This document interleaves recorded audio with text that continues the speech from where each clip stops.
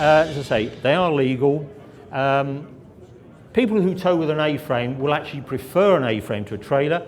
Greater stability, because your car is lower down, 4 wheels on the road, and it's much quicker to hook up. First, you need some basics, I think. If you're going to tow, whether with a trailer or an A-frame, you need to have the right driving license. And also, your motorhome has got to be rated for towing the weight of that unit behind you, whether it be a trailer or a car with A-frame, which is, as we'll see later, considered a trailer. If you've got a driving license that you gained before the 1st of January 1997, then you'll have just a Category B entitlement.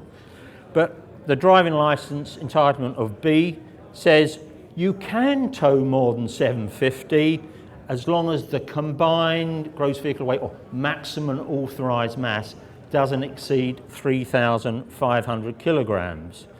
When you reach the age of 70, and that's the big problem for a lot of us, when you reach the age of 70, you have to renew your license.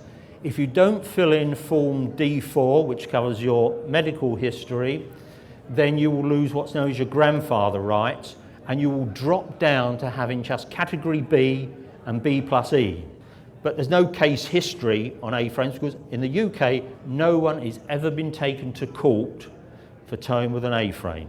This is what the Department of Transport says, and this is really fundamental to whether it's legal or not. They're saying when an A-frame is attached to a vehicle, we believe the A-frame and car become a single unit and are classified in legislation as a trailer. As a consequence, DFT say, this car A-frame, the trailer, has to meet the technical requirements for trailers in Great Britain, and that's construction and use regs and the road vehicle lighting regulations. And I should say, it is only a small aspect of it. There are some boffins, some real legislation experts in the vehicle field who would argue that the DFT's approach isn't right. But I think we can really push that to one side because until they can prove their case, I'm going, and most people will go with what the DFT says. You want to make sure you can do your indicator, stop lights, all function on the back of the car, trailer as it is, when you're operating the motorhome. What a lot of people forget is, first of all, the number plate at the back must be that of the motorhome because your car is no longer a car, it's a trailer.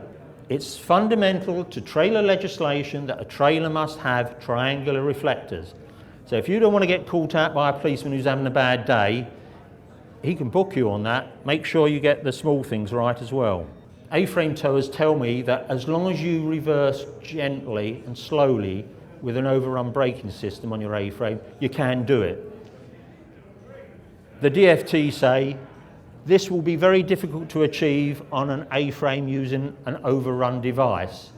And I think this is where you could say there's a legal possibility you could be illegal if you've got an overrun system. I'm not saying you will be, but that looks to me as if it's a good possibility. There's various miscellaneous issues, and one of them is when modern cars are homologated under European directives, they mustn't have any protuberances that are going to cause harm to pedestrians when there's a collision. You know, the mascots are long gone. So you want to make sure that any A-frame connectors are not proud of the bonnet. So do tell your insurance company you've put a tow bar on your motorhome. Do tell them you've got A-frame fittings on your car.